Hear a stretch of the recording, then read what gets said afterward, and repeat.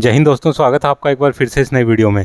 दोस्तों आज हम बात करेंगे एक ऐसी वैकेंसी की कि जिसकी तरफ काफ़ी लोगों का ध्यान नहीं जाता है, जबकि काफ़ी बढ़िया वैकेंसी है और अगर थोड़ी सी प्रिपरेशन की जाए तो आराम से काफ़ी एक्स सर्विसमैन उसमें अपना जो है फ्यूचर बना सकते हैं।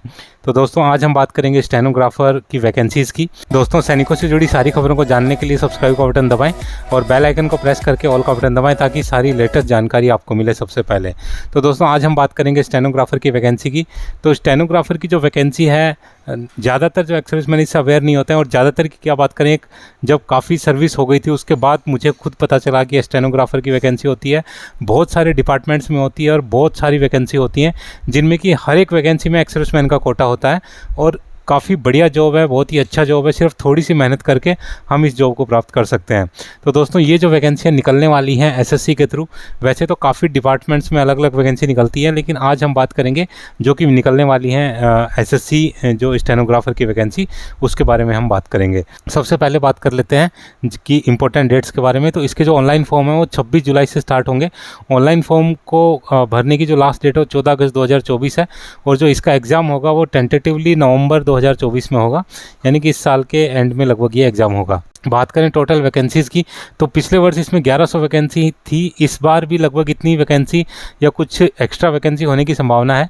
अभी हम देखते हैं कि जो स्टेनोग्राफर बनते हैं वो कौन कौन सी मिनिस्ट्रीज़ के अंदर या कौन कौन से डिपार्टमेंट में उनको पोस्टिंग मिलती है। तो ये सारे डिपार्टमेंट हैं जिनमें कि बीआरओ, जो अपना CBDT department, central administrative tribunals, ministry of external affairs, ministry of railway, tourism department, NIA, office of development commissioner, यानी कि जितने भी बड़े बड़े डिपार्टमेंट हैं सेंट्रल गवर्नमेंट के, उन सब में स्टेनोग्राफर की वैकेंसी निकलती है। इसके अलावा भी काफ़ी डिपार्टमेंट हैं, जैसे ईएसआईसी के डिपार्टमेंट हैं, उनमें अलग से वैकेंसी निकलती है। दोस्तों बात करें एज रिलैक्सेशन की, तो एक्स सर्विसमैन को इसमें एज रिलैक्सेशन मिलता है। उसको अपनी जो प्रेजेंट एज है उसमें से अपनी जो सेना की सर्विस है उसको माइनस करना है, प्लस उसको 3 साल और माइनस करना है। उसके बाद जो उसकी एज है वो 27 वर्ष से कम होनी चाहिए। अगर आपकी एज सारा कैलकुलेशन करने के बाद 27 से कम है तो आप इसमें एलिजिबल हो सकते हैं। दोस्तों बात करें सर्विंग सोल्जर्स की, तो स्टेनोग्राफर की जो वैकेंसी निकलती हैं वो सारे जो सर्विंग सोल्जर्स हैं वो भी अप्लाई कर सकते हैं, लेकिन शर्त ये है कि उनको जो फॉर्म की फिलअप करने की जो लास्ट डेट है उसके 1 वर्ष के भीतर सेना से रिटायर होना होगा। तो यानी कि इस बार जो फॉर्म जो फिलअप करने की लास्ट डेट है वो अगस्त में है, तो आपको अगस्त 2025 से पहले जो भी सैनिक रिटायर हो रहे हैं वो सभी भी एक्स सर्विसमैन कैटेगरी में अप्लाई कर सकते हैं। दोस्तों बात करें स्टेनोग्राफी को सीखने की, स्टेनोग्राफी सीखने में कितना टाइम लगता है, तो बहुत ज़्यादा टाइम इसमें नहीं लगता। अगर आपको सही तरीके से अगर आपने सीखा जाए तो आप 3 से 4 महीने में या मैक्सिमम आप 6 महीने में आराम से, मतलब इस लेवल की आप स्टेनोग्राफी सीख सकते हैं कि आप एग्ज़ाम को आराम से क्वालिफाई कर लेंगे। और जितना ज़्यादा आप प्रैक्टिस करेंगे उतना ही आपका फिर परफेक्ट होता जाएगा। तो स्टेनोग्राफी सीखने में कोई बहुत ज़्यादा टाइम नहीं लगता, अलग अलग प्रकार की स्टेनोग्राफी सीखी जाती है। और दूसरा एक जो क्वेश्चन है काफ़ी लोगों के दिमाग में रहता है कि स्टेनोग्राफी का एग्ज़ाम देने के लिए हमको किसी प्रकार का कोई सर्टिफिकेट या किसी प्रकार का कोई डिप्लोमा की आवश्यकता है क्या? तो स्टेनोग्राफी सीखने के लिए आपको किसी प्रकार के किसी डिप्लोमा की आवश्यकता नहीं है। ठीक उसी प्रकार से जैसे बैंकिंग का एग्ज़ाम देने के लिए आपको किसी प्रकार के कोई कंप्यूटर जो है डिप्लोमा की आवश्यकता नहीं है, उसी प्रकार से स्टेनोग्राफी का आपको कोई सर्टिफिकेट नहीं चाहिए, कोई डिप्लोमा नहीं चाहिए, सिर्फ आपको स्टेनोग्राफी आनी चाहिए।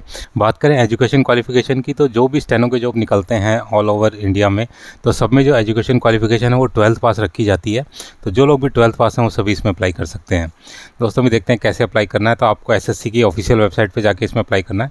जब इसका डिटेल नोटिफिकेशन आएगा तो इसको एक और वीडियो ला के हम इसको कंप्लीट प्रोसेस बताएंगे कि किस प्रकार से आप इसमें अप्लाई कर सकते हैं। दोस्तों भी देख लेते हैं फ़ीस के बारे में। तो जो एक्स सर्विसमैन के लिए इसमें किसी प्रकार की कोई फ़ीस नहीं है, वो फ्री ऑफ कॉस्ट इसमें अप्लाई कर सकते हैं। दोस्तों अभी देख लेते हैं एग्ज़ाम। तो इसका जो एग्ज़ाम है 2 भागों में कंप्लीट होगा।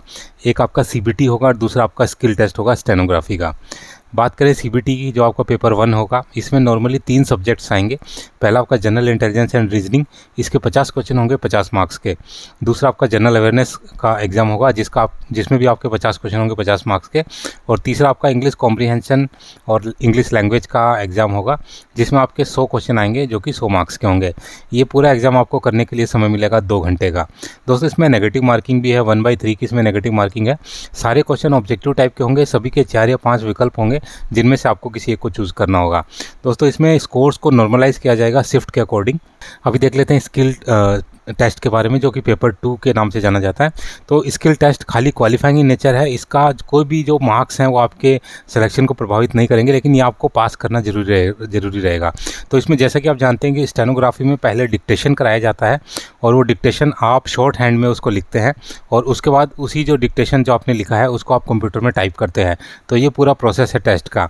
तो इसमें जैसे ग्रेड सी और ग्रेड डी की जो वैकेंसी निकली हुई है, एक्चुअल में जो ग्रेड सी का मतलब है जो ग्रुप बी की वैकेंसी है, जो हायर वैकेंसीज होती है, और ग्रेड डी स्टेनोग्राफर का मतलब है कि जो कि ग्रुप सी की वैकेंसी होती है, जैसे कि बाकी क्लरिकल की जितनी वैकेंसी निकलती हैं। तो एक्सर्विसमैन का जैसे आप जानते हैं ग्रुप सी के अंदर रिजर्वेशन होता है। तो ग्रुप सी के लिए अगर आप ट्राई कर रहे हैं इसमें, तो आपको 80 वर्ड पर मिनट की स्पीड से आपको स्टेनोग्राफी करनी पड़ेगी। यानी कि जो लोग भी डिक्टेट करेंगे, जो लोग भी डिक्टेशन करेंगे, उनका वो जो भी बोलेंगे वो आपको 80 वर्ड पर मिनट की स्पीड से आपको लिखना होगा, और फिर उसको आपको कंप्यूटर में टाइप करना होगा। और अगर बात करें एक्स-सर्विसमैन कैंडिडेट के ग्रुप सी के जॉब की, तो वहाँ पर उनको अगर वो इंग्लिश में टाइप कर रहे हैं तो उनको 50 मिनट का समय मिलेगा वो लिखने के लिए, और अगर हिंदी में टाइप कर रहे हैं तो वो आपको 65 मिनट का समय मिलेगा लिखने के लिए। क्योंकि हिंदी की जो टाइपिंग होती है थोड़ी टफ होती है, उसके अंदर मात्राएं वगैरह काफ़ी रहती हैं, इस वजह से हिंदी की टाइपिंग के लिए ज़्यादा समय दिया जाता है। वहीं अगर आप स्टेनोग्राफर ग्रुप बी की जॉब के लिए ट्राई कर रहे हो, तो वहाँ पर आपको इंग्लिश के लिए 40 मिनट्स और हिंदी के लिए 55 मिनट्स का टाइम मिलेगा, क्योंकि ये थोड़ी हायर जॉब है, तो इसलिए इसकी रिक्वायरमेंट के हिसाब से इन्होंने इसको टाइम को कम कर रखा है। तो जो पूरा टेस्ट होगा ये आपका जो CBT और स्किल टेस्ट को मिला के होगा। इसके बाद ये क्वालिफाइंग इन नेचर है। अगर जो पूरा जो आपका सिलेक्शन है वो पेपर 1 के हिसाब से होगा, ये सिर्फ आपको क्वालिफाई करना है। दोस्तों बात करें कि मिनिमम कट ऑफ तो कम से कम आपको इतने मार्क्स लाने होंगे, उसके बाद जितने भी जो भी मेरिट बनेगी, बाकी जो कैंडिडेट के जितने मार्क्स आएंगे उसी हिसाब से आपकी जो मेरिट बनेगी फाइनल सिलेक्शन के लिए। तो अनरिजर्व कैटेगरी को कम से कम 30% मार्क्स लाने होंगे, OBC EWS को 25%, और बाकी जितनी कैटेगरी हैं उनको 20% मार्क्स कम से कम लाने होंगे एग्ज़ाम को मतलब क्वालिफाई करने के लिए, उसके बाद वो मेन जो कट ऑफ है उसमें शामिल होने के लिए। तो दोस्तों ये थी सारी जानकारी। तो कुल मिला के देखा जाए तो स्टेनोग्राफी काफ़ी बढ़िया जॉब है, बहुत ज़्यादा समय नहीं लगता है स्टेनोग्राफी को सीखने में। तो इस जॉब के लिए कोई अभी एम करना चाहे तो आराम से स्टेनोग्राफी सीख के और इस एग्ज़ाम के अंदर शामिल हो सकता है, क्योंकि इसका जो एग्ज़ाम होगा नवंबर में होगा, तो अभी काफ़ी 6-7 महीने का टाइम है। तो इस दौरान काफ़ी स्टेनोग्राफी आराम से सीखी जा सकती है। स्टेनोग्राफी सीखने के लिए आप यूट्यूब की मदद ले सकते हैं, और बहुत सारे ऑनलाइन कोर्सेज चलते हैं स्टेनोग्राफी के। इसके अलावा आपके पास अगर कोई कोचिंग है तो आप उसमें भी जाकर स्टेनोग्राफी सीख सकते हैं। तो दोस्तों ये थी सारी जानकारी। उम्मीद है कि वीडियो आपको पसंद आया होगा।